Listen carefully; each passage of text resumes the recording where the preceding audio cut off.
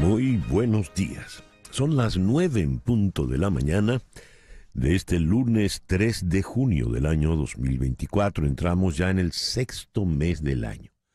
Llegamos a la mitad del año. Qué rápido ha caminado este 2024. Pues bien, en este momento a las 9 en punto de la mañana, usted está sintonizando en conexión por Éxito 107.1 FM, la emisora del sur de Miami, territorio Éxitos. Usted también nos puede escuchar en su teléfono celular si descarga la aplicación Actualidad Media Group. Esa aplicación usted la puede descargar de manera gratuita en el celular. Y si usted entra en www.éxitos107.com, además de escucharnos, nos puede ver. Y es aquí donde recibo el saludo, de Xavier Miguel desde Barcelona, en España, Hugo Boscán, en Játiva, también en España, Aura Castro, de Amador está en Panamá, doña María Alicia Sifontes, nos saluda desde Caracas y le gustó mucho la versión de Ojos Malignos de Mariaca Semprún, qué bueno. Guillermo Lozada nos saluda desde Johns Creek en Georgia, Luis Hurtado en Leisure City, Florida, David Madrid en Montreal, Alfredo y Marianela en Toronto, Luis Aparicio en Minneapolis, Aeda Bon en Orlando, José Agudelo nos saluda desde Cajaseca, en el estado Zulia, Gustavo Ramos en Tulsa, Juan Acuña, el amigo camionero, nos saluda hoy desde Chattanooga, en Tennessee, Adolfo nos saluda, no nos dice dónde, pero recomienda a todos ver la película Simón, que ya está en Netflix.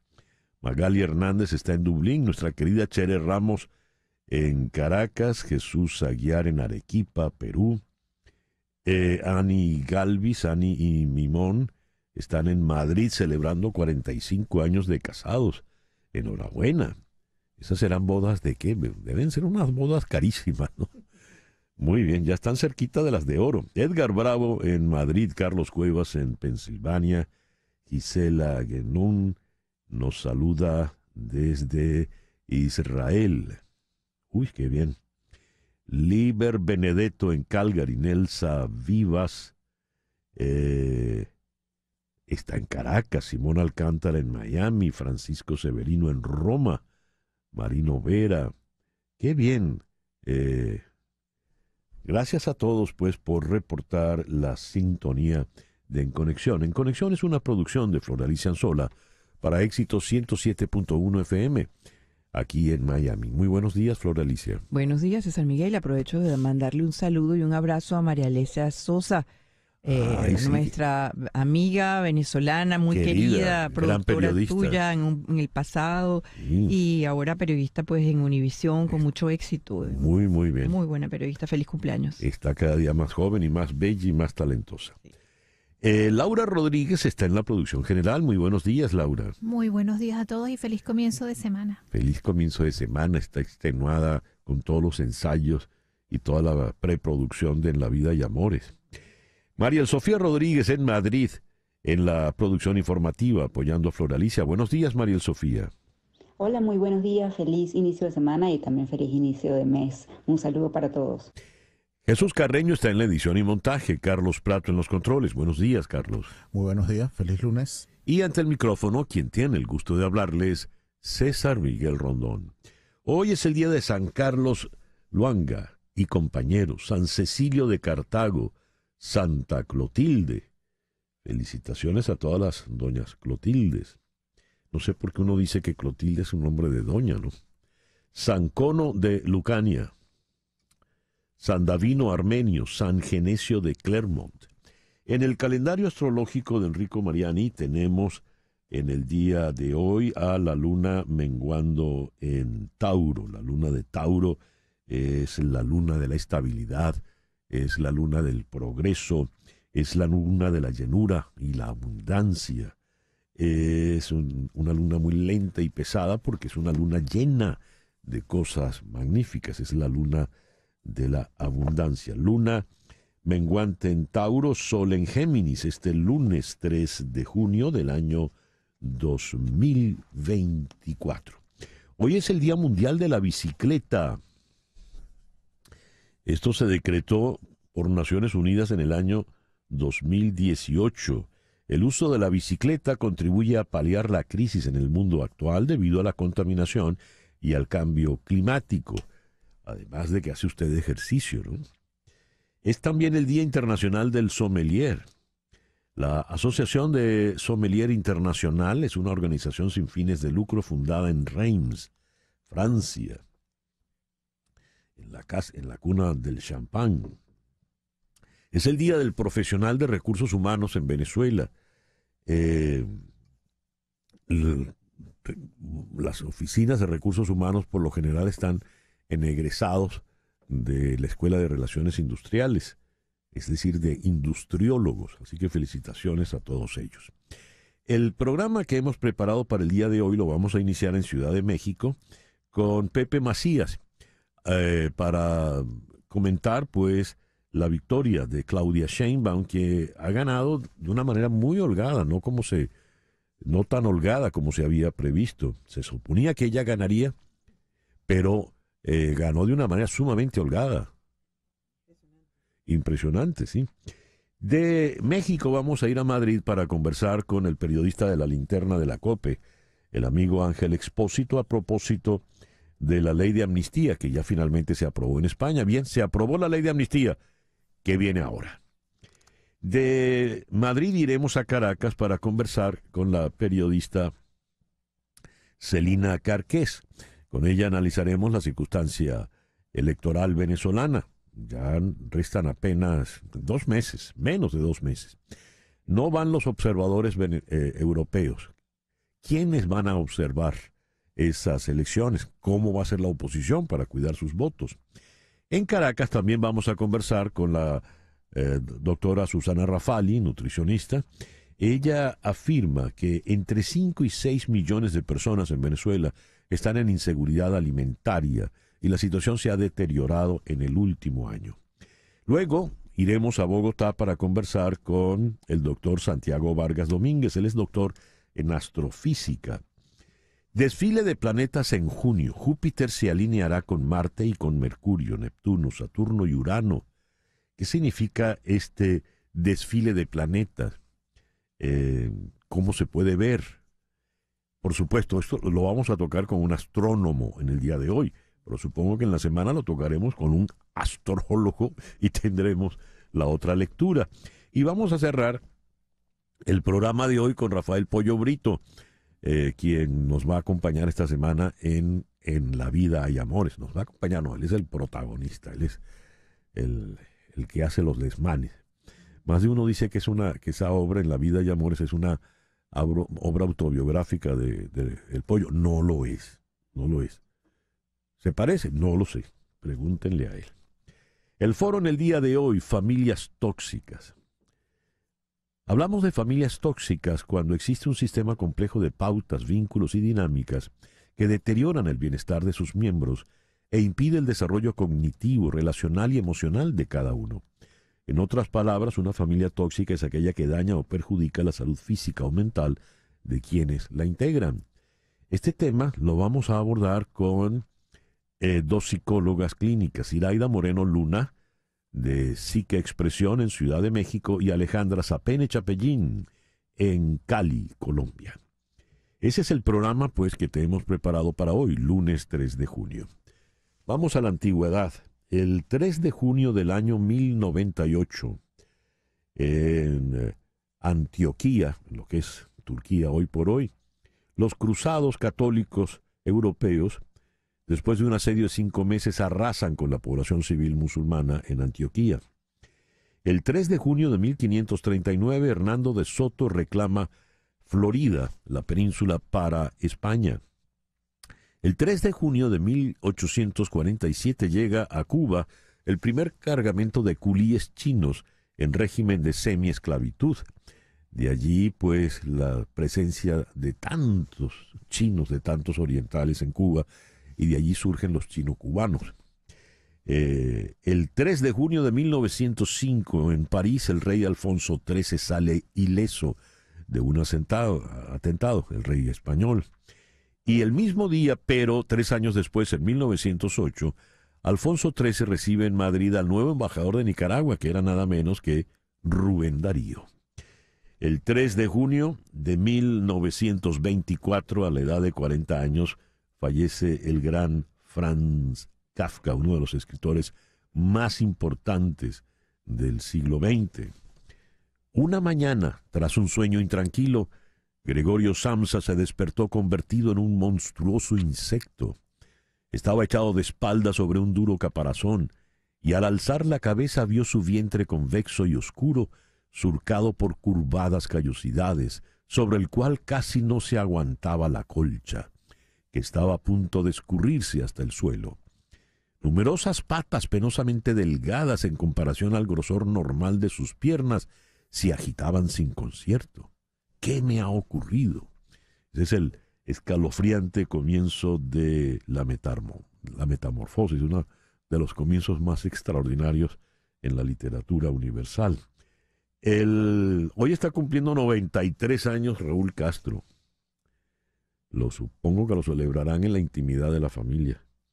Hoy está cumpliendo 73 años la doctora Jill Biden, la primera dama de los Estados Unidos. A la edad de 82 años, el 3 de junio de 1963, falleció Angelo Roncalli, el Papa Juan XXIII, en pleno Concilio Vaticano II. El 3 de junio de 1966, Mao Zedong comienza lo que él llamó la Revolución Cultural China, donde se prohibió hasta Beethoven prácticamente. Hoy cumple 57 años el periodista de CNN Anderson Cooper. Y hoy cumple 38 años Rafael Nadal, considerado el mejor tenista en tierra batida y uno de los mejores de todos los tiempos. El 3 de junio de 1989 comenzó la masacre en la plaza de Tiananmen, allá en Pekín. El 3 de junio de ese mismo día, pero al otro lado del mundo, en Teherán fallecía el ayatolá Ruhollah Khomeini a la edad de 86 años. El 3 de junio de 1994, el ejército de los Estados Unidos sale del Canal de Panamá 83 años después de haberse establecido allí. Esto según los acuerdos Torrijos-Carter, y fue izada entonces la bandera de Panamá, donde estaba la bandera de Estados Unidos.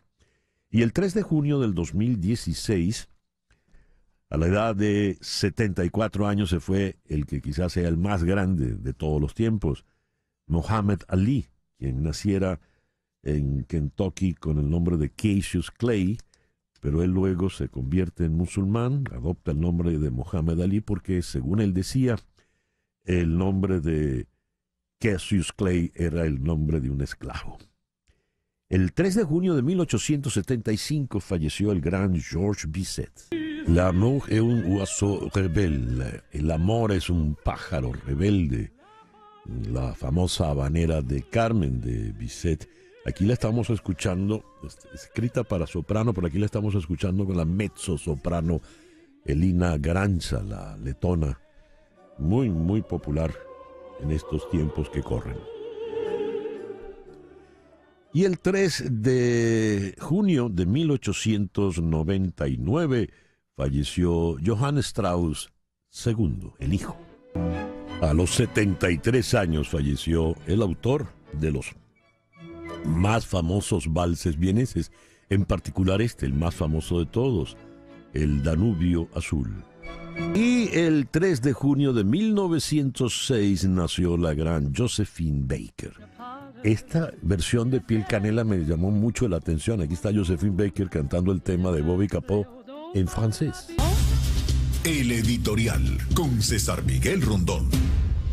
Una mujer judía de 61 años, que fue bailarina de ballet y que se describe a sí misma como obsesiva y disciplinada, va a presidir por primera vez en la historia México, luego de una victoria apabullante en el día de ayer. Leo este perfil de la señora Claudia Sheinbaum. En el The New York Times dicen de ella lo siguiente. Claudia Sheinbaum tiene una larga lista de reconocimientos. Cuenta con un doctorado, ha compartido un premio Nobel de la Paz y fue la primera mujer en ser electa como jefa de gobierno de Ciudad de México. Ayer, pues, se convirtió en la primera mujer en ser electa presidenta del país. Obtuvo al menos el 58% de los votos. Y va a presidir un país en el muy machista continente latinoamericano, el país más machista de todos, luego de tantos años, décadas de rancheras y cine mexicano. Pues ahora la mujer es la que va a estar al frente. El dilema. Ella va a ser la continuadora de Andrés Manuel López Obrador en todos los sentidos. En el mismo artículo leo lo siguiente. Claudia Sheinbaum y López Obrador son gente diferente, dijo ella misma. Él es un estadista del petróleo que invirtió en proyectos de dudosa calidad medioambiental. Ella es una científica ambiental. Y sin embargo, la señora Sheinbaum ha llegado a la cima en parte por alinearse completamente con López Obrador y por respaldar medidas como la apuesta del presidente por la empresa petrolera estatal y algunos cambios constitucionales que los críticos califican de antidemocráticos. ¿Va ella a adelantar las reformas, por ejemplo, que limitarán a la Corte Suprema Mexicana, que limitarán al Instituto Electoral Mexicano? Se preguntan, ¿puede ser una líder en su propio derecho o es una pieza, no será más que una pieza del ajedrez del actual presidente? ¿No será más que una peona en ese tablero del ajedrez? Hay ejemplos en la historia latinoamericana reciente donde los pupilos, los delfines, se distanciaron y hasta se enfrentaron con sus padrinos, sus mentores políticos. Lenín Moreno en Ecuador contra Rafael Correa, Luis Arce contra Evo Morales en Bolivia, por no citar el caso más emblemático de Juan Manuel Santos contra Álvaro Uribe Vélez en Colombia. ¿Ocurrirá lo mismo con la señora Claudia Sheinbaum? No se sabe. ¿Quién es ella en realidad? ¿Quién es esta mujer espigada, elegante, que tiene ese apellido pues tampoco mexicano y que además viene de una familia judía en un país tan católico como lo es México?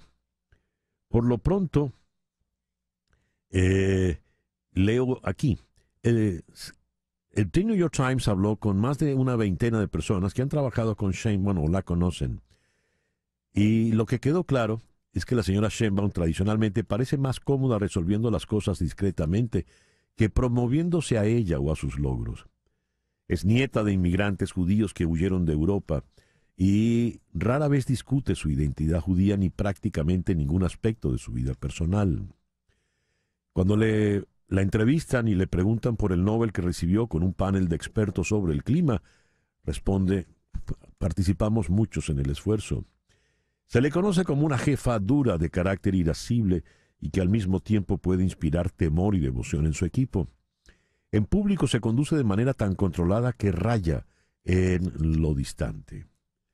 Hay quienes afirman que su trato profesorial podría ser un desafío en un escenario político definido por López Obrador, quien con la fuerza de su personalidad convirtió a su partido en gigante. Y mientras ese partido Morena terminó agigantado, el PRI, el otrora partido tan poderoso de México, el que dio pie a lo que Vargas Llosa definió como la dictadura perfecta, prácticamente ha quedado borrado del mapa y el PAN muy debilitado. Un nuevo capítulo comienza para México, la segunda economía más importante de América Latina. Y como dicen, tan lejos de Dios y tan cerca de los Estados Unidos. Ya veremos cuál es esta nueva página que empieza a escribir la señora Claudia Sheinbaum, presidente de México. 9:21 de la mañana, una pequeña pausa y ya regresamos con las noticias más importantes de este lunes 3 de junio. Y a las 9:25 vamos con las noticias más importantes de este lunes 3 de junio. Claudia Sheinbaum fue elegida como la primera mujer presidente de México. Su aplastante victoria, los resultados preliminares mostraron que obtuvo alrededor del 60%. También podrían presagiar una supermayoría en el Congreso que permitiría a la coalición gobernante cambiar la Constitución. Sheinbaum, exalcalde de Ciudad de México, ha prometido aprovechar el legado del presidente populista Andrés Manuel López Obrador, incluida una propuesta para debilitar a la Corte Suprema y al organismo electoral nacional, una medida que, según sus opositores, representa una amenaza para la democracia del país. La seguridad encabezará su agenda, seguida de cerca por la necesidad de estimular el crecimiento económico y acelerar la transición verde de México. Este es un reconocimiento por parte del pueblo de México a nuestro proyecto de nación, dijo la señora Sheinbaum. El presidente Joe Biden dijo que era hora de que esta guerra termina, al esbozar el viernes un nuevo acuerdo de alto al fuego propuesto por Israel, destinado a poner fin al conflicto entre Israel y Hamás en Gaza. El plan, dijo Biden en conferencia de prensa, se dividirá en 3 fases. La primera fase contemplaría un alto al fuego total y completo de 6 semanas y permitiría la entrada diaria de hasta 600 camiones de ayuda a Gaza, a cambio de que Hamás liberase a un número de rehenes israelíes. El resto de los rehenes serían liberados en la fase 2, a cambio de una retirada militar israelí completa de Gaza. La tercera fase se iniciaría con la reconstrucción de Gaza. Israel ha prometido un cese de hostilidades permanente, dijo el presidente Biden, si Hamás acepta ciertas negociaciones durante la primera fase. El expresidente iraní de línea dura Mahmoud Ahmadinejad se registró para postularse a la presidencia en las elecciones del 28 de junio, organizadas después de la muerte de Ebrahim Raisi en accidente de aviación. Sin embargo, podrían excluirlo de la carrera. El Consejo de Guardianes del país, liderado por clérigos, examinará a los candidatos y publicará la lista de los calificados el 11 de junio. Ahmadinejad, exmiembro de la Guardia Revolucionaria de Élite de Irán, fue elegido presidente de Irán por primera vez en 2005 y renunció debido a límites de mandato en el 2013. El Consejo de Guardianes le prohibió presentarse a las elecciones de 2017, un año después de que el líder supremo, el Ayatollah Ali Khamenei, le advirtiera que participar no era de su interés, del Khamenei ni del país. La justicia de Venezuela liberó a 4 personas que fueron detenidas el pasado viernes, luego de trabajar en un acto proselitista del embajador Edmundo González Urrutia, candidato presidencial del mayor bloque opositor, según confirmaron a la agencia EFE fuentes del partido 20 Venezuela. Las 4 personas son Francisco Lorenzo González, conductor del camión Tarima, y su hijo Luis Manuel Lorenzo Martínez, así como Brandon Nieves y Edgar Blanco, encargados del sonido, todos implicados en el montaje técnico del mitin antichavista que se celebró en la ciudad de Guatire.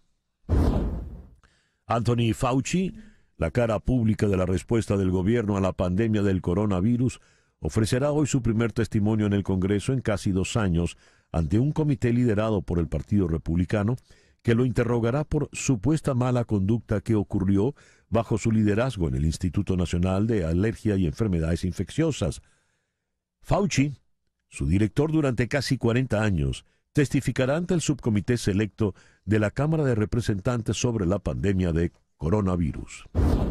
Los 22 miembros del cártel petrolero OPEP Plus acordaron prolongar los recortes de producción de crudo para sostener los precios en un contexto de incertidumbre económica y geopolítica, al tiempo que se preparan para reabrir los grifos. Por una parte, la alianza de los 12 miembros de la Organización de Países Exportadores de Petróleo, liderada por Arabia Saudita y sus 10 aliados, encabezados por Rusia, prolongará el nivel de producción hasta el 31 de diciembre de 2025. Por otro lado, 8 de estos países, Arabia Saudita, Rusia, Irak, Emiratos Árabes Unidos, Kuwait, Kazajistán, Argelia y Omán, prolongarán sus reducciones adicionales de forma voluntaria.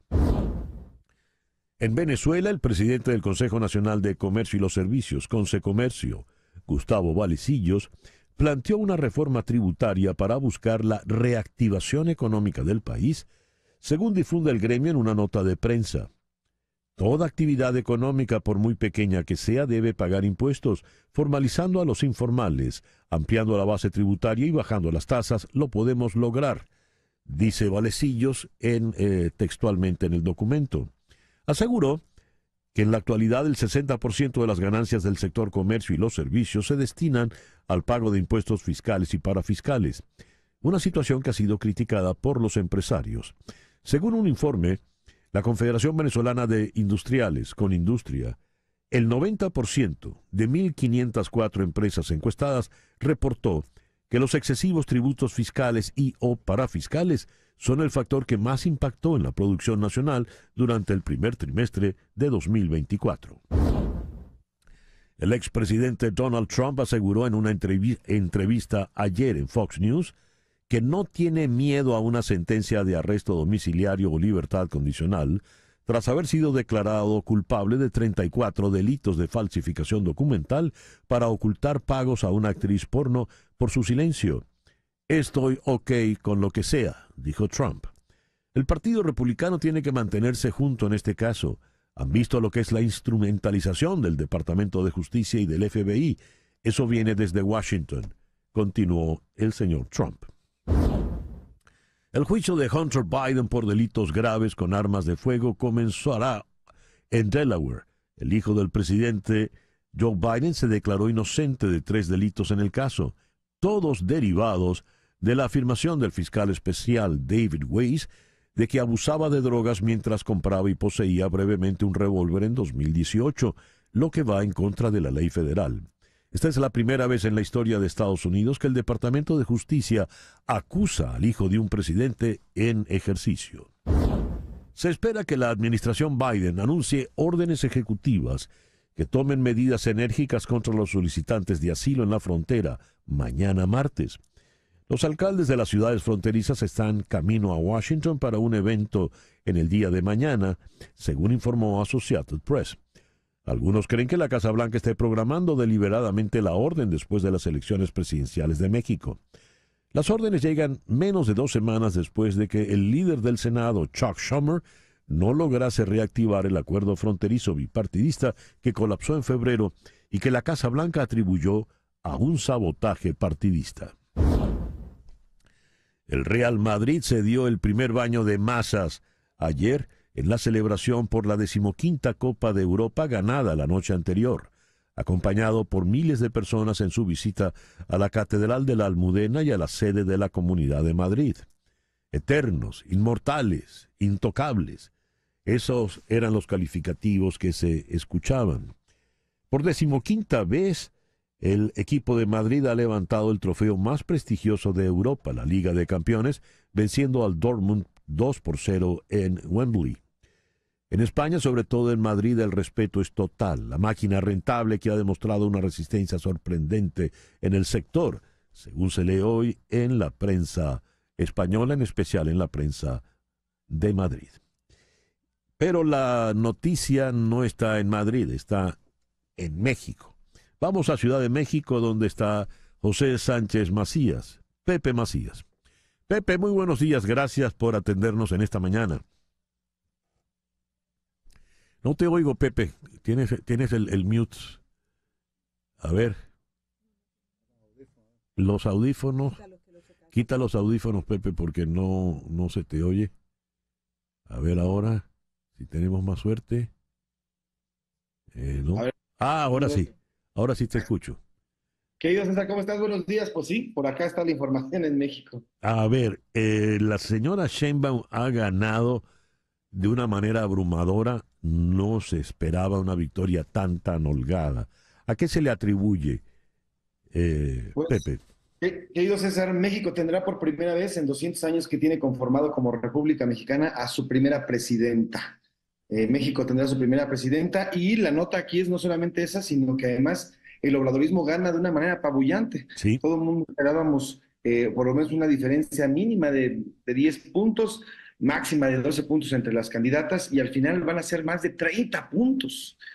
¿Qué significa esto? Bueno, pues yo veo dos lecturas, querido César. La primera es que México, el pueblo mexicano, el electorado mexicano está contento con el obradorismo, está contento con lo que ha vivido estos 6 años y no solamente le dice al Obrador y a Claudia Sheinbaum, me gusta tu forma de gobierno, sino además, ahí te va y refrendo. Ojo, Andrés Manuel ganó con 30 millones de votos. Claudia Sheinbaum está por ganar con 35 millones de votos. 35 millones. A pesar del gobierno, como dicen por ahí, como se dice en política, que el gobierno desgasta, pareciera que en este caso es todo lo contrario y que fortaleció a la 4T. ¿A qué se debió, querido César? Bueno, pues a dos factores yo creo principalmente. El primero, pues, una elección de Estado, ¿no? El Estado presente a través de Andrés Manuel López Obrador, con una constante convocatoria a través de sus mañaneras, de sus conferencias, asusando y llamando a todos sus seguidores a salir. Pero en el 2018 sí había un gran descontento y sí salió la gente, pero ojo, aquí tuvimos casi un 70% de participación, César.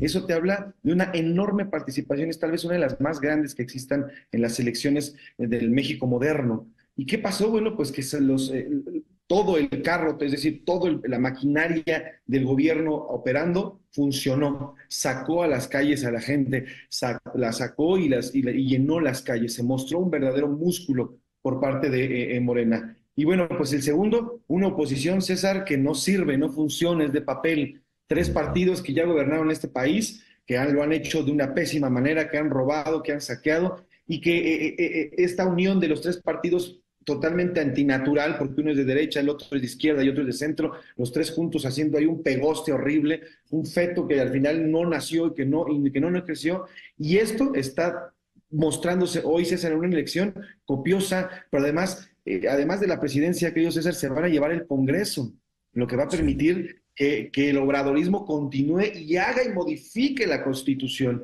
Entonces, por donde le veas, aquí le decimos en México, se llama carro completo. El obradorismo se llevó el carro completo. Además, le arrebata 2 gubernaturas a la oposición, le quita Yucatán y le quita, también está por quitarle a otro estado como Guanajuato, y se están peleando y se están quedando con todo.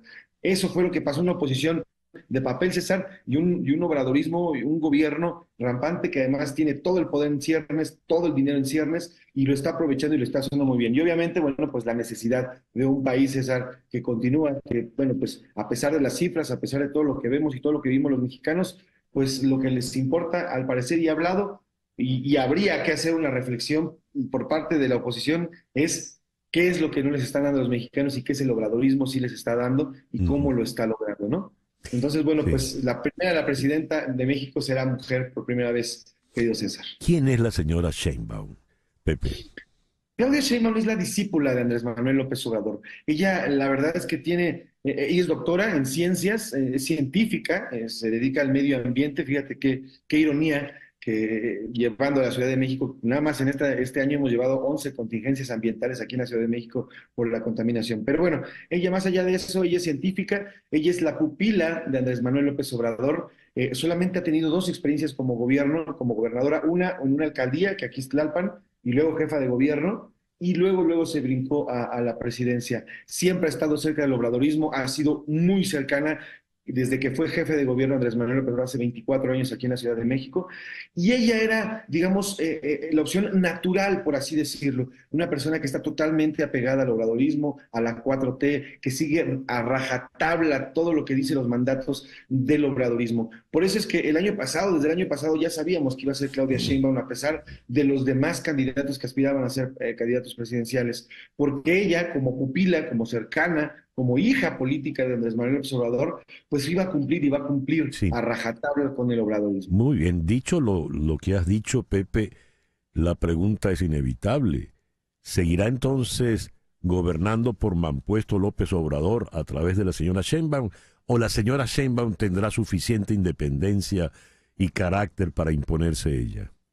Eso es justamente la cuestión, querido César. Hay todo un discurso y un debate dentro de nuestro país, porque tenemos por un lado este cambio generacional y la llegada de una mujer por primera vez a la silla presidencial, el máximo cargo, pero existe este otro halo, este otro fantasma de un patriarcado, de un patriarca, de un Andrés Manuel. Lo más normal o lo más lógico, lo que quisiéramos todos nosotros es que ella se desapegara de Andrés Manuel López Obrador para hacer su gobierno. Ahora, al final, el señor López Obrador va a dejar muchos muertos en el closet, ¿eh? Tiene por ahí el tema de la deuda, los muertos, la economía, la migración, los medicamentos. Todos esos, César, los tiene, los va a recibir, los va a heredar Sheinbaum. Y al final, si ella quiere resolverlos, si ella quiere echarle más para adelante, va a tener que de alguna otra forma desapegarse a Andrés Manuel López Obrador. Porque seguir bajo su manto significa no solamente seguir con ese gobierno, sino además cargar esos muertos en el closet. Entonces, lo que quisiéramos todos es que se desapegue, que sea una presidenta independiente, que demuestre que una primera mujer va a gobernar verdaderamente con talante el país, al tiempo dirían por ahí. Y bueno, pues por lo pronto lo que se ve ahora y en estos momentos es que va a continuar este gobierno hasta como está. Esperemos que sea una independencia y que se meta el sello Claudia Sheinbaum. Pepe, muchas gracias por atendernos en la mañana de hoy. Al contrario, como siempre, un placer, querido César. Les mando un abrazo y síganme, @soy Pepe Macías, para allá nos podemos debatir. Muy bien. José Sánchez Macías, Pepe Macías, desde Ciudad de México, 9:41 de la mañana. Una pequeña pausa. Al regreso vamos a Madrid. Ya España tiene la ley de amnistía. Esto es En Conexión por Éxito 107.1 FM en Miami. Son las 9:43 de la mañana. Ventilex, fábrica de extractores de aire industriales y ventiladores comerciales a la medida, le ofrece extractores de aire Alfa 48 y Alfa 36 para el control de ambientes cálidos y contaminados. Llame al 954-433-1322, 954-433-1322. Y también para su empresa que requiere ventilación directa y constante, diseñamos Titan 36, el ventilador industrial más efectivo para puntos fijos. Ventilex, medio siglo de experiencia en ventilación comercial. Ventiladores y extractores hechos a la medida. Repito el número, 954-433-1322, 954-433-1322 de Ventilex. Ahora a Madrid. Allí está con nosotros el destacadísimo Ángel Expósito, el presentador de La Linterna en la COPE. Querido Ángel, muy buenos días, muy buenas tardes allá al otro lado del océano. ¿Qué tal? ¿Cómo estáis, amigo? Buenas tardes, buenos días para ti. Ángel, ya España tiene la ley de amnistía aprobada. ¿Qué viene ahora? Me alegro que me hagas esta pregunta, porque no lo sabe nadie. No lo sabe ni el gobierno ni los beneficiarios de la ley de amnistía. Bueno, lo que viene ahora es la publicación en el Boletín Oficial del Estado, algo así como la publicación en el cuaderno legal donde todo se pone en marcha, pasa en cualquier país normal del mundo, y a partir de ahí los jueces se van a oponer a la aplicación de esa ley. El gobierno va a intentar con sus socios ponerla en marcha, pero los jueces van a recurrir ante el Tribunal Constitucional, que es algo así como el Supremo en Estados Unidos, y ante la justicia europea. A partir de ahí se abren un montón de posibilidades legales y digamos que correrá el tiempo sin que se aplique en concreto la ley. Pero hay muchas incógnitas. Nadie sabe cómo va a evolucionar esto porque nunca se ha vivido en España ni en Europa una situación como esta. Ángel, hay acá una dualidad interesante. Has citado el Tribunal Constitucional en España que ha de tomar decisiones, pero igual has dicho, igual la justicia europea también ha de intervenir en esto. ¿En qué sentido? ¿De qué manera esta ley de amnistía puede ir en contra de preceptos y de leyes europeas propiamente? Desde muchos puntos de vista. Esto ya es una opinión personal por los juristas, abogados y jueces con los que he hablado estos últimos años. Desde muchos puntos de vista. La Unión Europea no permite malversar con dinero europeo. Y esta gente, los golpistas de Cataluña, están condenados por el Tribunal Supremo Español por malversar con dinero europeo. Por lo tanto, eso es un... Dos, la Unión Europea no permite los delitos de terrorismo, lógicamente. Y esa gente, muchos de ellos, están acusados de delitos de terrorismo. Por lo tanto, ahí hay una balanza muy complicada de resolver. ¿Qué ocurre? Que el gobierno español, junto con sus socios, ha hecho una ley ad hoc, limitada en el tiempo, limitada incluso en los nombres propios, para ser beneficiarios de esa amnistía. Cosa que es un absurdo, cosa que es imposible. Pero en esas están. Es un pulso legal y político muy complicado, cuando en un país normal, por encima de la política, debería estar la justicia, en un país normal y democrático. Bueno, pues aquí se ha puesto la política por encima del derecho. Bien, esa ley hecha a la medida de ciertas personas, ¿de qué manera va a afectar o a beneficiar al señor Carles Puigdemont? ¿Va a afectar o va a beneficiar a quién, César? Perdona, no te he escuchado. A Puigdemont, a Carles Puigdemont. Sí. El villano de la película. Sí. Bueno, aquí hay muchos villanos, ¿eh? Villano de la película por un lado, pero para otros muchos el propio villano es el presidente del gobierno, es su socio. Por lo tanto, claro, aquí lo de la villanía hay para repartir. Vamos a ver, es una ley, fíjate a dónde llega el absurdo. Imagínate que una ley para amnistiar a los asaltantes del Capitolio la redactan los abogados de los asaltantes del Capitolio. Es absurdo. Imagínate que una ley para amnistiar a un defraudador en el estado de Florida la redacta el defraudador del estado de Florida. Bueno, pues aquí es exactamente lo que ha ocurrido. El gobierno de España ha negociado mano a mano con Puigdemont y sus abogados la redacción de la ley. ¿Para qué? Para beneficiar directamente a Puigdemont y a toda la cadena de mando por debajo de Puigdemont. Pues así le va a beneficiar. La ley es para él, porque la ha redactado él. ¿Y Sánchez cómo queda en un momento donde su gobierno no pareciera tenerlas todas a favor? No. Pero Sánchez no ha perdido las últimas elecciones, pero en la suma parlamentaria, el Parlamento español es tremendamente complejo. No es como el americano, que hay 2 partidos. Aquí no. Aquí hay 20 partidos. Entonces las sumas en el Parlamento son muy complejas. Tú aquí no eliges presidente, eliges un Parlamento. Y el Parlamento elige presidente.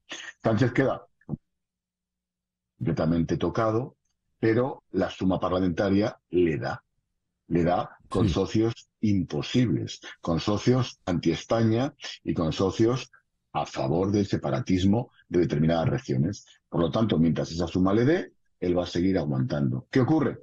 Que por una parte Puigdemont tiene la sartén por el mango, porque le dice a Sánchez, si yo rompo, tú te quedas sin apoyos parlamentarios, pero por otra parte, si Puigdemont rompe, se queda sin la ley de amnistía. Por lo tanto, esto es como el chiste del dentista. En España hay un chiste, un cómico, que el dentista está haciendo la operación al paciente y cuando más te va a doler, el paciente coge al dentista por determinada parte y le dice, ¿a que vamos a llevarnos bien?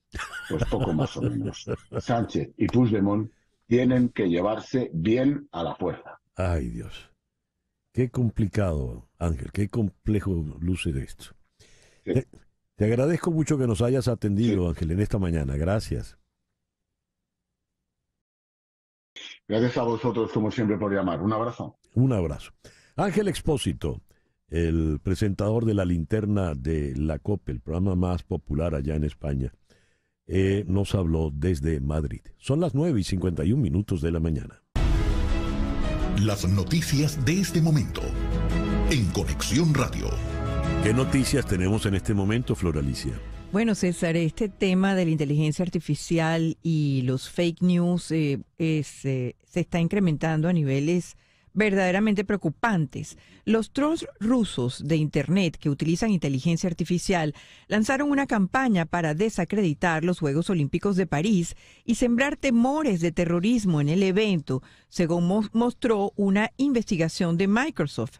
Los esfuerzos incluyeron, escucha esto, un documental que utilizó una voz en off generada por inteligencia artificial que se hacía pasar por Tom Cruise y que intentó socavar al Comité Olímpico Internacional, que prohibió a Rusia participar en los Juegos del próximo mes por su invasión de Ucrania. El informe de Microsoft llega poco después de que OpenAI identificara campañas de actores estatales y empresas privadas en Rusia, China, Irán e Israel para manipular la opinión pública en todo el mundo. Sin embargo, los expertos dijeron que estas campañas no eran lo suficientemente creíbles como para ser efectivas. Dice un investigador de OpenAI, todavía están luchando con el viejo problema de cómo hacer que la gente caiga en la trampa. Claro, aquí están considerando probablemente gente que está bien informada, pero para el vulgo, para el pueblo, para la gente que no tiene acceso a las noticias y que de pronto recibe esta información por sus canales de comunicación como Facebook, pues allí sí es donde está el problema. La gente termina creyendo estos bulos y haciendo que esos bulos sean los que determinen las decisiones en su vida. Así es. Muy, muy grave y delicado. Gracias, Flor Alicia. Vamos ahora a Caracas. Allí está la periodista Celina Cárquez. Celina, muy buenos días. Muchas gracias por atendernos en esta mañana. Hola, César Miguel. Muchas gracias por la invitación. Buenos días y un saludo a todos los que nos están escuchando. Gracias. Celina, no van los observadores de la Unión Europea. ¿Va a ser una elección sin observadores de ningún tipo? No. Los observadores de el Centro Carter, ese memorando de entendimiento, entiendo que sigue su curso. No sé si el Centro Carter cambia de opinión por lo que pasó con la Unión Europea. Sin embargo, esa invitación se mantiene, igual que se mantiene la invitación a un panel de expertos de Naciones Unidas. El problema con la invitación a este panel de expertos de Naciones Unidas es que las conclusiones son confidenciales y solo se le entregan al organismo rector y a una tercera parte en algunas ocasiones. Ya. Pero la sociedad no va a saber qué salió de ese panel de expertos. Ya. El candidato González Urrutia dijo que hay que hacer entonces una gran observación ciudadana. Pero esto de la observación ciudadana, ¿cómo se implementa?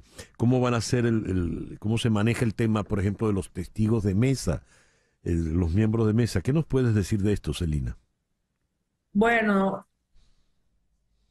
está también la observación nacional. Con relación a los testigos de mesa, te tengo malas noticias. A ver. Aunque se ha hablado mucho de los comanditos y ha circulado información de que cerca de 50.000 comanditos están registrados, la realidad es que a 55 días del 28 de julio, las cifras para la defensa del voto de los testigos electorales que van a estar en los centros de votación es bastante baja, y en algunos estados son cifras alarmantes. Te puedo comentar, por ejemplo, que en total el número de mesas con un testigo solo llega a 67%. Las mesas con 2 testigos postulados son 35%.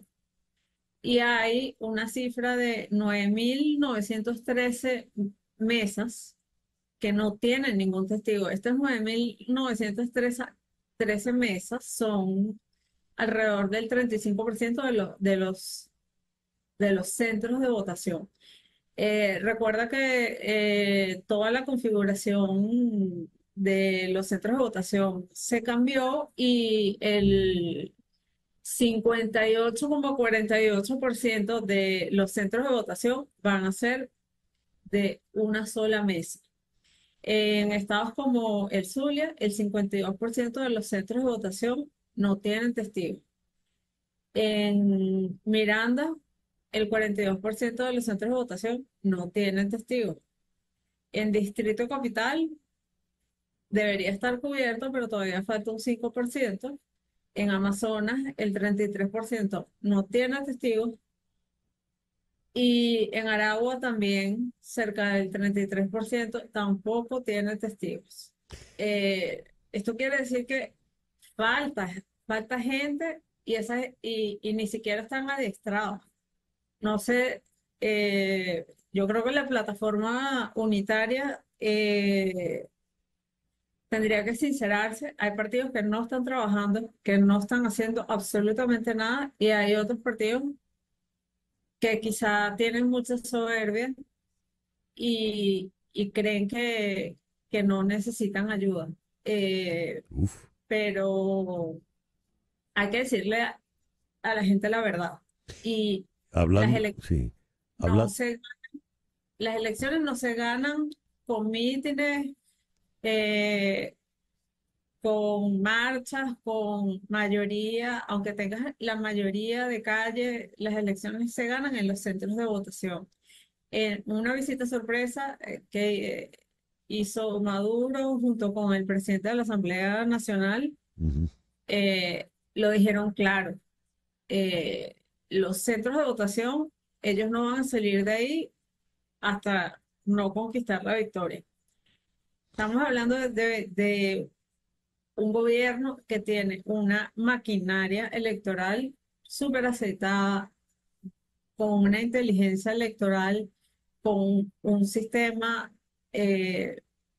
casi que infalible, y a 55 días tú no tienes los testigos, no están adiestrados. Ahora, Celina, dijiste, esto evidentemente es una responsabilidad de la dirigencia opositora, y dijiste, hay un partido que no ha hecho absolutamente nada. Y hay varios partidos que no han hecho. ¿Podríamos conocerlos? ¿Qué se dice? Preferiría que se lo preguntaras al secretario de la plataforma unitaria, porque mi interés no es señalar a nadie ni quedar como... Ok. No, perfecto, te respeto perfectamente la respuesta, Celina. Y un partido que se asume como muy soberbio y no necesita ayuda. ¿Es así? Bueno, creo que es obvio. Sí. Sí, evidente, no te lo voy a preguntar, es obvio. Es obvio, entonces ellos creen que no necesitan ayuda, que los demás partidos solo tienen que registrar los comanditos y bueno, ellos tienen unos expertos electorales y unos ingenieros que en realidad son gente muy capacitada, pero tú estás dejando de lado a gente que tiene 25 años trabajando en las mesas electorales y 20 no ha probado nunca su maquinaria. Y esta no es esta es una elección que va a marcar las próximas 2 décadas. Yo creo que no es el momento para probar la maquinaria de dentro, sino para que todos los partidos, y sobre todo los que tienen experiencia en elecciones, lleguen a un consenso y se dediquen a captar y adiestrar a los testigos que van a estar ahí, y además que tengan la conciencia de que eso va a ser un proceso un proceso muy desgastante. Sí. Ahí puede que haya sitios donde no les dejen pasar ni la comida ni el agua. Dios. Y de donde no van a salir por muchas horas. Bueno, entonces, Celina. Tienen que estar preparados, y la gente tiene que saber que aunque haya mucho apoyo popular, eso no se traduce en ganar sin testigos en los centros. Bien, ya veremos qué ocurre. Celina, muchas gracias por atendernos en esta mañana. Hasta luego, gracias por la invitación. Celina Carqués, periodista desde Caracas. Son las 10:01 de la mañana, Capicúa, una pequeña pausa. Al regreso a nuestro foro del día de hoy. ¿Qué es una familia tóxica? ¿Es su familia una familia tóxica? ¿Cómo saberlo? Esto es En Conexión por Éxito 107.1 FM en Miami. ¿Qué es una familia tóxica. ¿Cómo identificarla? ¿De qué manera es un inconveniente para los integrantes de esa familia, para los miembros de esa familia? ¿Qué hacer si es el caso de una familia tóxica? Ese es nuestro foro en el día de hoy. En la Ciudad de México está Iraida Moreno Luna, psicóloga, fundadora y directora de Psique Expresión. Iraida, muy buenos días. Gracias por estar con nosotros en esta mañana. Hola, feliz día. Un honor estar de nuevo con ustedes ante tu audiencia. Y en la ciudad de Cali está la psicóloga clínica Alejandra Sapene Chapellín. Alejandra, muy buenos días. Gracias por acompañarnos. Gracias a ustedes por la invitación. ¿Qué es una familia tóxica, Iraida? Sí, mira, una familia tóxica es aquella, o disfuncional, porque también la conocemos como disfuncional, es aquella que entre sus vínculos y relaciones generan dinámicas que no permiten que los miembros de su familia puedan desarrollarse adecuadamente. ¿Qué significa esto? Que hay límites muy rígidos, las podemos identificar con límites muy rígidos, con la incapacidad de permitirle a cada uno de sus miembros de la familia que puedan expresarse emocionalmente, que puedan expresar sus necesidades. Son familias que muchas veces invalidan los sentimientos, invalidan la expresión de cada uno de sus individuos. También las podemos identificar cuando en las familias no hay una comunicación clara de lo que necesitan, una comunicación clara en relación inclusive a esto no me gusta, no estoy de acuerdo, necesito que me abraces, necesito que me escuches. Esto no es posible dentro de una familia disfuncional. ¿De qué manera los integrantes de la familia disfuncional o tóxica están afectados? Porque si yo tengo una persona que lo que quiero saber es, ¿todos los integrantes de la familia están conflictuados o hay algunos que llevan la voz cantante en este sentido? Te lo pregunto a ti, Alejandra. Bueno, es muy interesante la pregunta porque hay que entender que la familia es un sistema y como todo sistema, todas las partes están articuladas y se acoplan de tal manera que tratan de buscar siempre una homeostasis, o sea, todo como una armonía que aunque no sea funcional, es una armonía al fin y siempre todo el mundo trata como de que la cosa se sostenga, ¿no? Entonces, hay personas dentro de ese sistema que terminan llevando más el peso de la disfuncionalidad por diferentes, o sea, ahí pueden haber muchas variables, puede haber características personales, ciertas vulnerabilidades a nivel individual que hace que usted tenga como recaiga más peso de esta disfuncionalidad en usted, o también la posición que tiene dentro de la familia también a veces influye. El momento evolutivo también hace que haya ciertas personas, por ejemplo, los niños muchas veces terminan siendo unas figuras que cargan con un peso muy grande de las proyecciones y las incapacidades de la familia para comunicarse, para relacionarse. Entonces, dependiendo de ciertas circunstancias y ciertas características, hace que efectivamente, además, voy a terminar, hace que un determinado miembro le recaiga más el peso que otro. Pero como todo sistema es dinámico, ¿sí? Todo se mueve, no quiere decir que usted siempre va a tener ese lugar exclusivo. Cuando esta persona logra de repente salirse por alguna circunstancia, a veces la terapia ayuda, entonces siempre, ¿qué pasa? Se reacomoda el sistema y entonces comienza a afectar más a otro y así sucesivamente, pero todos están articulados y todos están afectados de una u otra manera. A ver, Iraida, te hago esta pregunta para irnos entendiendo. Contrario a la familia disfuncional estaría la familia funcional. Contrario a la familia tóxica estaría la familia no tóxica, ¿verdad? ¿Qué características tiene la familia funcional?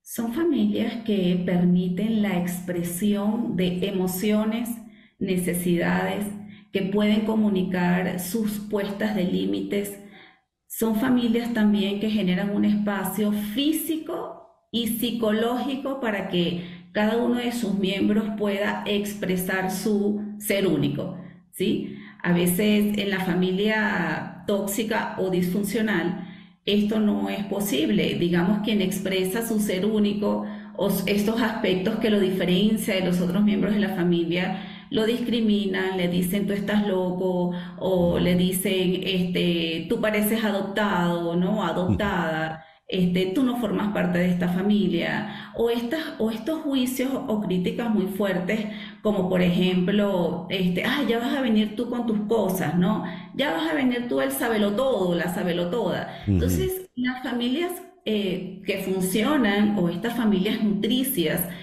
son aquellas que permiten esa expresión del ser de cada uno de los miembros de la familia. También es importante algo, en las familias que funcionan, cuando hablamos del espacio físico, esto quiere decir que cada uno, en la medida de las posibilidades, porque bueno, también sabemos que desde el punto de vista socioeconómico la distribución del espacio a veces puede ser carente, ¿sí? Pero a lo que voy es que en este espacio físico, aunque sea reducido, se permite la privacidad. En las familias disfuncionales no hay privacidad. Entonces, digamos que desde lo más íntimo del ser, desde el cuerpo, desde la mente, desde la emoción, en la familia nutricia, ese espacio físico también es respetado, pero en la familia disfuncional no. Hay toda una fusión de los miembros, inclusive físicamente. Hay una invasión del espacio que no permite ni la expresión del ser, ni siquiera pues de poder tener un espacio íntimo para poder inclusive pues manifestarse desde la sexualidad. Ajá. ¿Qué ocurre con los integrantes de la familia disfuncional, Alejandra? ¿Qué hacen? A ver, quiero complementar un poco lo que está diciendo Iraida para hacer la conexión. Perfecto. En realidad, ninguna familia es perfecta. Todos en algún momento tenemos momentos de disfuncionalidad, ¿sí? Porque hay incluso crisis vitales en momentos evolutivos, por ejemplo, tomando uno, la adolescencia, otro, por ejemplo, cuando los padres comienzan a ser adultos mayores o la vejez, hay cambios forzados que se tienen que hacer en la familia y eso a veces lleva a que las dinámicas, mientras se ajustan, pues lleven a cierta disfuncionalidad, ¿no? Pero ¿qué pasa? Cuando tenemos una familia medianamente funcional, hay una reflexión, una comprensión por parte de los miembros que tienen que haber cambios. Entonces, por más que me incomode a mí, yo hago como los ajustes necesarios por el bien del sistema, ¿sí? Y entendiendo que todos tenemos que hacer ajustes.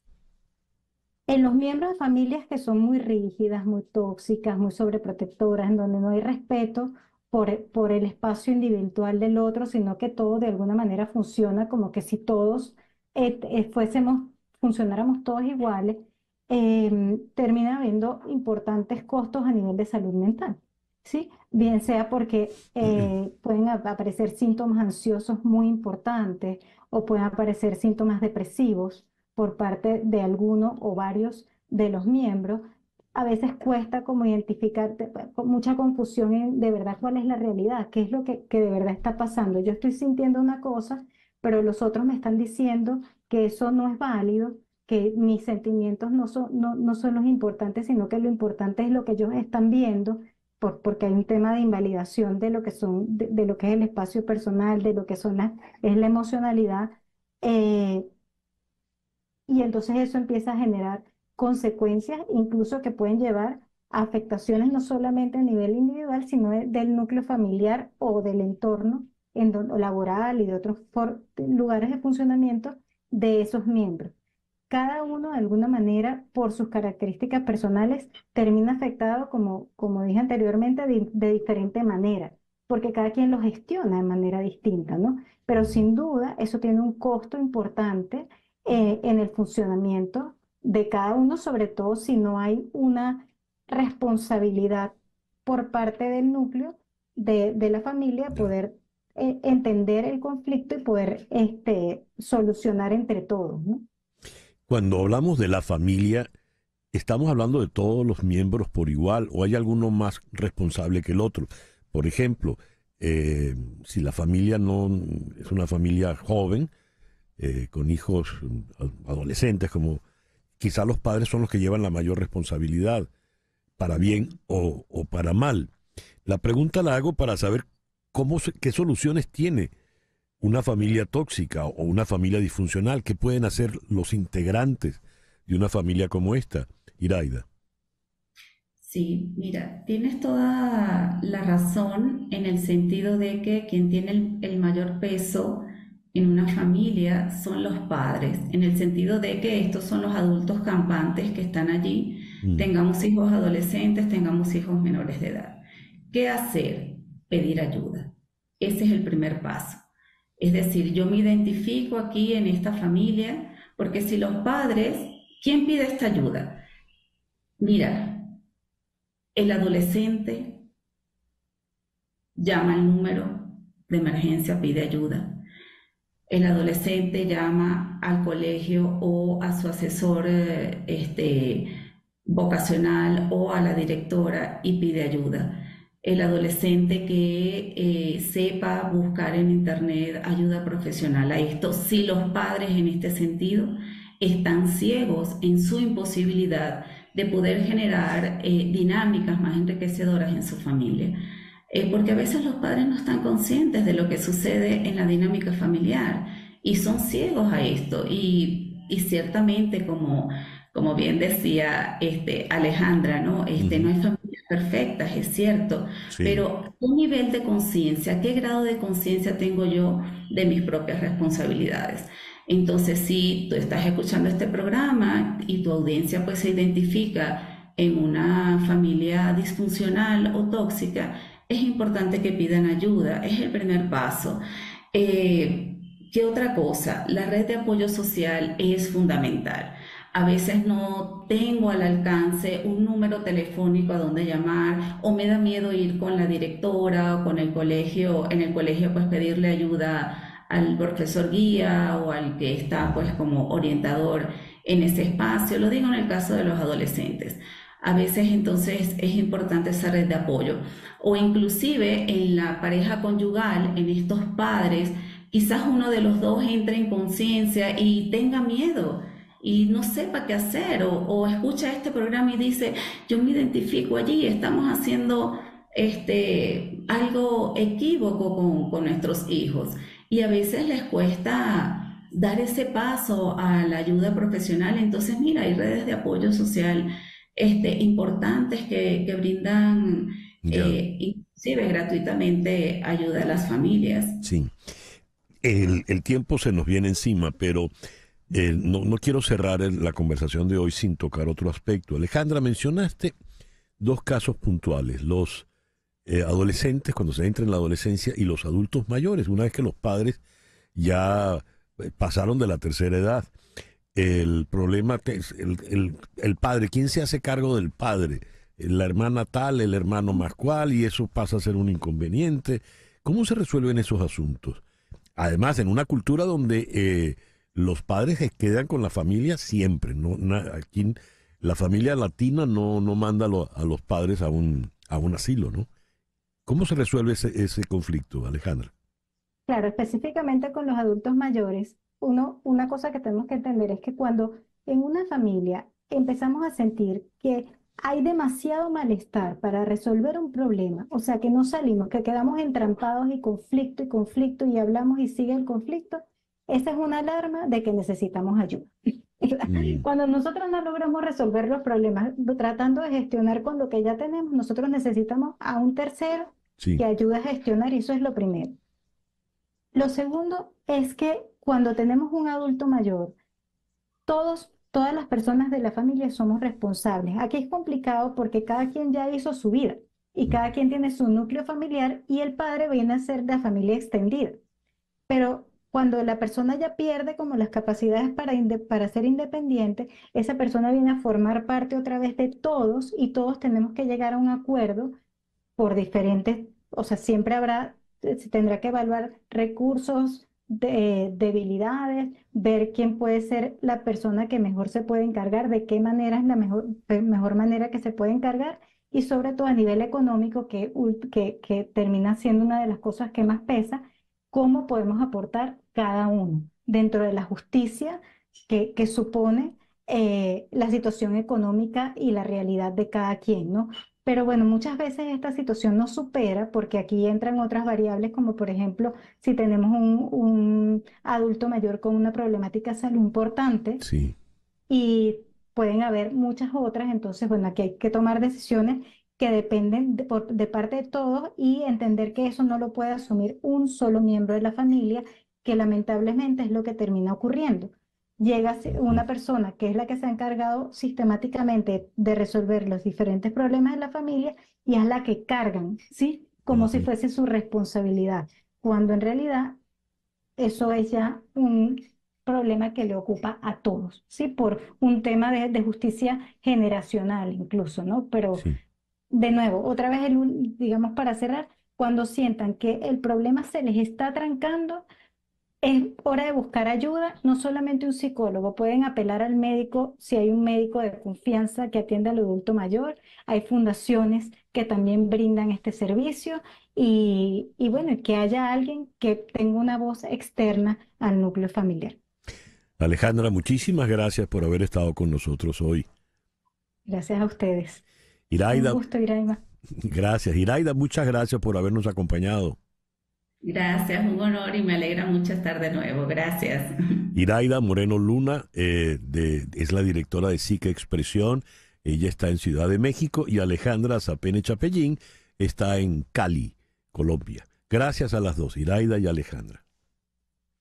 Bien, el reloj indica 10:22 de la mañana.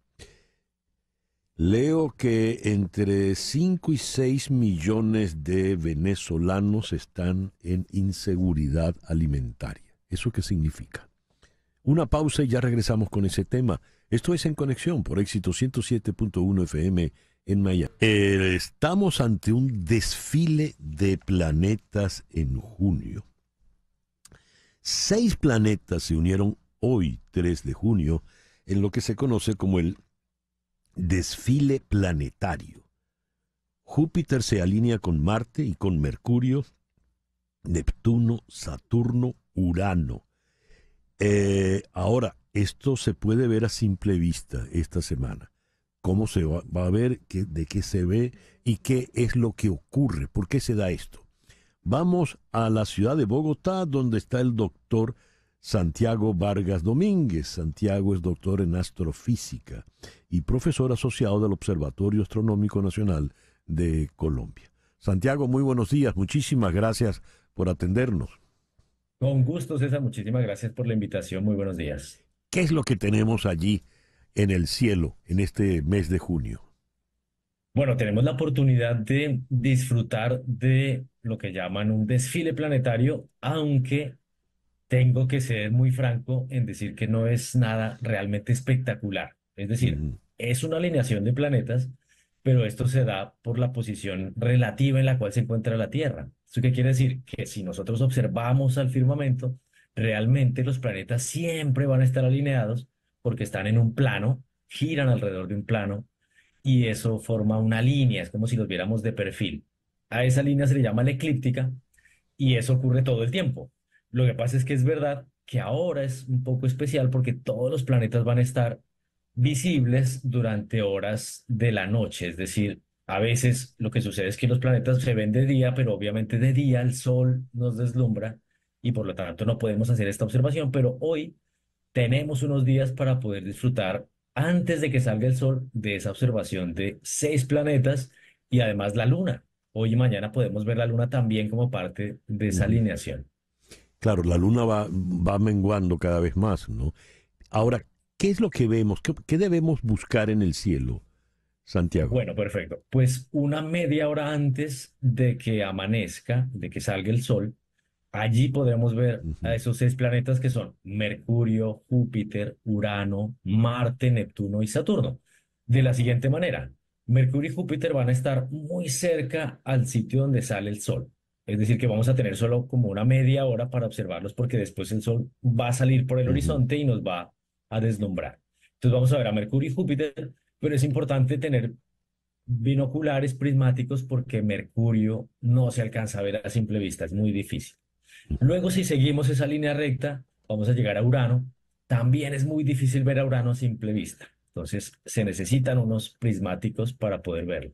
Luego tendremos a la Luna en cuarto menguante. Luego tendremos a Marte. Marte sí es muy destacado en el cielo, tiene un tono rojizo. Y después tenemos a Neptuno. Y Neptuno es el planeta más alejado del Sol. Solamente lo podemos ver con telescopios. Eso quiere decir que para poder aprovechar la observación necesitamos realmente instrumentos. Si nos vamos a simple vista a una zona poco oscura, pues seguramente solo veremos a Júpiter, a Saturno y a Marte. Entonces la recomendación es irnos a un sitio alejado, a oscuras, muy oscuro. Santiago, dijiste, vemos primero a Mercurio y Júpiter y luego línea recta, pero línea recta ¿hacia dónde? Hacia línea recta entonces, sí, línea recta hacia lo alto de nuestras cabezas. Ajá. Es decir, empezamos por la zona donde va a salir el Sol hacia el oriente. Allí encontraremos a Mercurio y a Júpiter. Júpiter es un tanto más brillante, es más fácil reconocerlo. Y luego unimos esa línea que está pues, uniendo a Mercurio y Júpiter y la prolongamos hacia arriba y allí encontraremos a Urano. Pero realmente el objeto más destacable seguramente será Marte. Entonces, si unimos la línea que une la posición por la que sale el Sol con Marte, tendremos ya esa línea y ahí podremos ubicar sobre esa línea a los otros planetas que son Urano, Saturno y Neptuno. Y vuelvo y repito, hoy y mañana tendremos a la Luna también por ahí en esa línea, en esa alineación. Pasado mañana ya no. A ver, buscamos entonces hacia arriba, o sea, lo alto de la bóveda celeste, ¿verdad? Y Marte nos va a quedar, ¿por dónde entonces? ¿Sobre nuestras cabezas o ya irá más hacia el poniente? No nos queda un poco más hacia el horizonte, es decir, no sobre nuestras cabezas exactamente, unos 45 grados, subiendo desde el horizonte en la dirección este. Entonces, más o menos alzamos nuestra mirada y es un punto brillante rojizo que lo notamos bastante bien, es fácil de identificar. Porque lo vamos a ver rojo. Muy bien. Exactamente. Bueno, si tenemos binoculares o algún telescopio casero será mucho mejor, ¿verdad? Sí, la recomendación es que si queremos disfrutar esto en toda su majestuosidad, utilicemos unos prismáticos, aunque no sean los más potentes, y el telescopio pues nos va a permitir ver a los más alejados que son Neptuno y Urano también. Son muy, muy lejanos y por lo tanto son muy difíciles de ver a simple vista. Otra recomendación es alejarse de las luces de la ciudad porque la contaminación lumínica impide que veamos el cielo de la misma manera. Y de todas formas es un buen momento para recordar que en el verano pues tenemos fenómenos astronómicos interesantes como la lluvia de meteoros de las Perseidas, que es en julio. Entonces preparemos nuestros instrumentos, preparémonos también nuestra paciencia y nuestra silla y todo lo que nos haga estar cómodos para mirar al cielo durante horas. Muy bien. Santiago, muchísimas gracias por atendernos en esta mañana. Con muchísimo gusto y bueno, una vez más recordarles que la observación del cielo es un derecho de la humanidad y tenemos que cuidar nuestros cielos para que podamos disfrutar por muchas generaciones de este tipo de fenómenos. Muchísimas gracias. A ti. Santiago Vargas Domínguez es doctor en astrofísica y es profesor asociado en el Observatorio Astronómico Nacional de Colombia. Nos habló desde Bogotá, 10:33. Las noticias de este momento en Conexión Radio. ¿Qué noticias tenemos en este momento, Floralicia? Bueno, César, se está hablando mucho de la celebración de los 80 años del desembarco a Normandía, el 6 de junio, que es cuando se celebran estos 80 años. Pues bien, hay un tema que me lució bastante interesante y es qué pasó con las reporteras, mujeres, periodistas experimentadas y fotógrafas excepcionales que tuvieron que burlar las prohibiciones impuestas a las mujeres por los aliados para poder cubrir y presentar sus primicias. Y mencionan aquí que en la mañana del 6 de junio de 1944, Martha Gellhorn se enteró, como otros periodistas que trabajaban en Londres, de que se había puesto en marcha la operación Overlord, En unas horas, los barcos de las fuerzas aliadas atracarían en Normandía. Gellhorn se apresura a llegar a la costa pese a las pocas esperanzas que tenía de embarcar. El cuartel general militar aliado prohibía terminantemente que las mujeres periodistas se acercaran al frente. Ella eludió los controles, tuvo que ser astuta, pero lo consiguió. Fue la única mujer periodista que pudo desembarcar en las playas de Normandía. La reportera pagó su intrepidez, ya que al llegar al cuartel general militar aliado, la detuvieron y se le prohibió volver a Normandía. Y así como esa historia, hay muchas más. Y lo más interesante es que el recuerdo de esas mujeres no está resaltado por la obra que hicieron, sino porque, por ejemplo, puedes leer en el American Air Museum que se describe a una famosa fotógrafo como la más guapa de las periodistas y no se le reconoce la labor brillante que hizo con sus fotografías. Los hombres periodistas regresaron con triunfos, laureles, y a las mujeres no se les brindó el mismo reconocimiento. Qué pena. Gracias, Flor Alicia. Leo lo siguiente. Se estima que entre 5 y 6 millones de personas en Venezuela están en inseguridad alimentaria.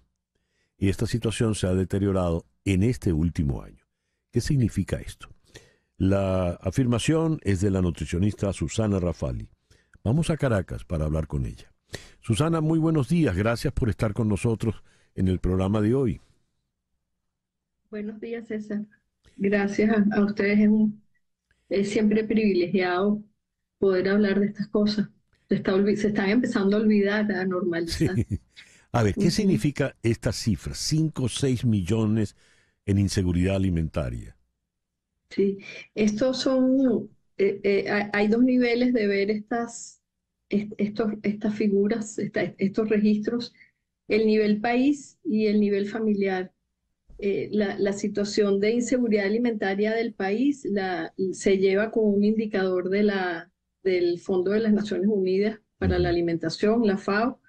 Ellos llevan un indicador que se llama porcentaje de población subalimentada, que no es desnutrición esto, ellos estiman entre las cuentas del país sobre el alimento que se produce, se importa, y el consumo aparente que estiman por cálculos en los supermercados, en las ventas de los productores.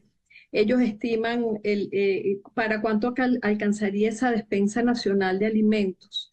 Y la situación que ellos reportan en el último informe del Estado Mundial de la Inseguridad Alimentaria en el mundo es que nos quedaríamos sin poder comer aproximadamente un 18% de la población si esto se hiciera.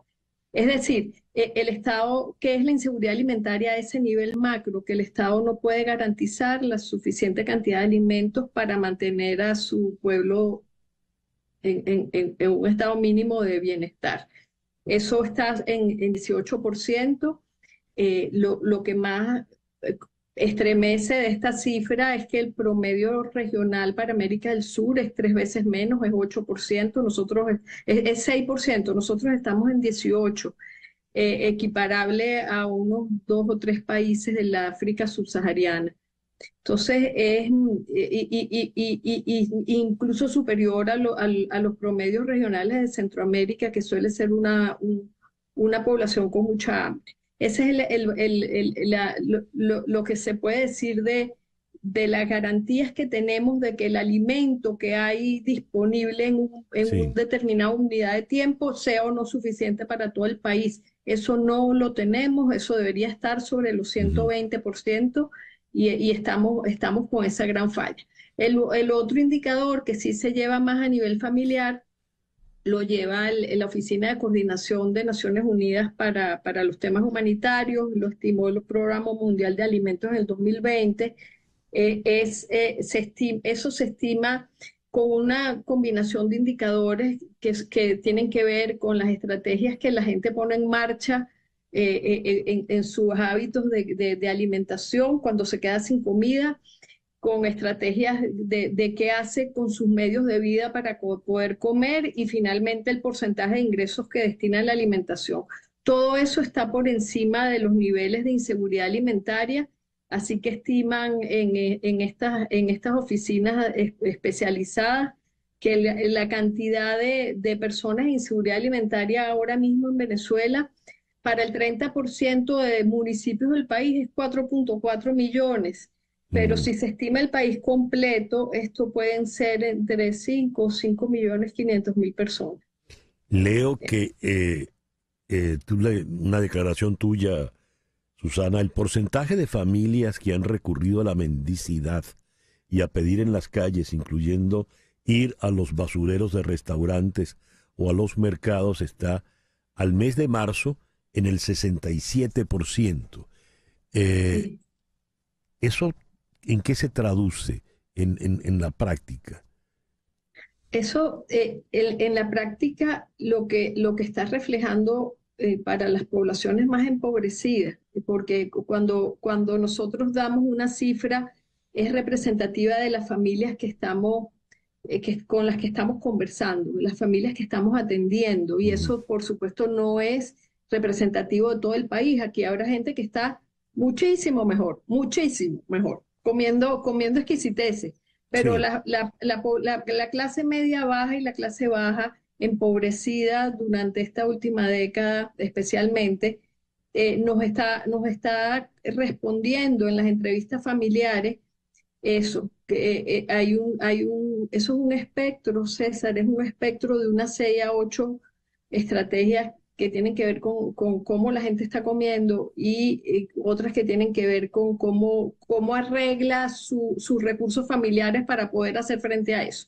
O sea, el 67% de esas familias que nosotros hemos entrevistado de enero acá está recurriendo a pedir en las calles, a pedir prestado alimentos y a comer en vertederos o en los lugares de desecho de los mercados. Eso está en 67% y nos preocupa mucho porque así habíamos visto una mejoría. Eso al inicio del año eran 42%, que ya también Sí. es alto. Que 4 de 10 personas tengan que recurrir a la mendicidad para poder comer es altísimo, pero ahorita está casi en 7. Y estamos entonces acusando un empeoramiento tremendo. Pero, por ejemplo, las que te reportan que ya no pueden comer en casa porque en casa no hay comida y tienen que salir a buscar quien les dé de comer, está casi en 40%, cuando lo teníamos en enero en 23%. Entonces, hay algo que se está descompensando. Sí, yo puedo acreditar que la inflación bajó, cosa que últimamente han estado diciendo en voz alta por la campaña electoral, pero hay algunas cosas que no están funcionando. El ingreso no es suficiente y el nivel de desgaste de la base familiar de recursos es muy grande. Ya. Bien. Sí. Gracias por darnos todos estos datos, Susana, y gracias por atendernos en el programa de hoy. A ti, César, te quería contar de 15 segundos. Sí, por favor. En el 2016 se volvió viral una conversación nuestra en la que yo venía destruida de San Juan de los Morros, de sacar unos niños del basurero. Y esta semana que pasó pensé en esa conversación nuestra y dije, así me sentía yo la primera vez que hablé con César, pero es más profundo. Yo lo que te quería contar es que la primera niña que salvamos de la desnutrición en nuestro programa en el 2016 regresó a pedir ayuda y regresó embarazada con 12 años. Entonces yo me quedé en un estado de melancolía enorme sin saber ya para qué estamos haciendo las cosas ni cuán profundo es el daño que se le ha hecho al país. Hemos salvado a estos niños, no sé para qué Venezuela. Ay, Dios. Es una melancolía profunda y bueno, por momentos pareciera que hay algunas esperanzas de que el país se administre mejor. Ojalá vengan mejores tiempos. Ay. Bueno, te entiendo. Me dejaste sin habla. Gracias, Susana. Bueno, de nada, César. Gracias. Hasta luego. Susana Rafali, es la asesora en nutrición de Cáritas. Nos habló desde Caracas. Wow, esto último que dijo fue 12 años. Son las 10:44. Una pausa y ya regresamos. Esto es En Conexión, por Éxito 107.1 FM en Miami. Esta noche a las 10 por TVV Network, un programa de estreno con George Harris. Un show de estreno esta noche a las 10 en TVV Network. George Harris. Y hablando de amores, en la vida hay amores. Y tengo el gusto inmenso de conversar ahora nada menos que con Rafael Pollo Brito. ¿Cómo le va? Maestrísimo, ¿cómo le va? Buenos días. ¿Cómo van los ensayos, Pollo? Oye, va bien, no me ve la cara. Allá al fondo, chico, muy feliz. Allá al fondo estás cantando el inolvidable.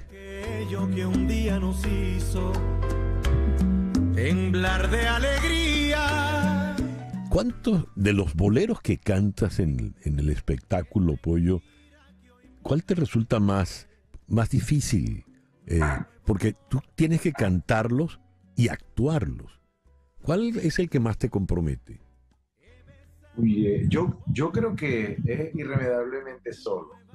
Sí. Aunque te digo que yo le confesaba a Lena que me dice, uy, a mí me gusta mucho. Uno de mis preferidos que tú haces es yo sé que siempre dudas de mi amor. Sin fe. Y no te culpo.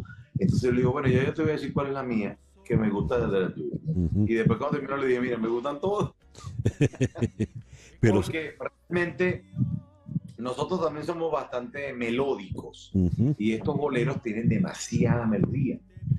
Y hay muchos preferidos. Entonces, esto es lo difícil de actuar y de cantar en esta obra, porque Lena, tú sabes que todo el mundo, todos nosotros la admiramos, pero yo la tengo así como que de sed, que le digo, oye, no puede ser que esta mujer cante así.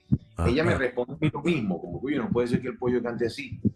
Pero entonces hay una magia que uno no puede explicar. O sea, el detalle de irremediablemente solo ese bolerazo es que es el primer bolero que cantan a dos voces. Correcto. Es el primero que ustedes realmente comparten, porque ahí están contándose la soledad, definitivamente. Sí, pero además es como un solo, después de un tutti, es como de un solo de orquesta que bajan a un pianísimo y tú, Dios mío, ya va. O sea, valga la redundancia, estoy solo, irremediablemente solo. Entonces todo el mundo está como que pendiente de todo lo que estás haciendo. Y además que todo está oscuro y sales tú nada más. Entonces, pues, yo creo que es un momento bastante difícil para nosotros. Aunque... Además, no se ven. Es uno de los pocos momentos donde no se ven, porque están ustedes solos y están viendo la oscuridad en el público, ¿no? Sí, y además la emoción del público también cuando aparecemos los dos.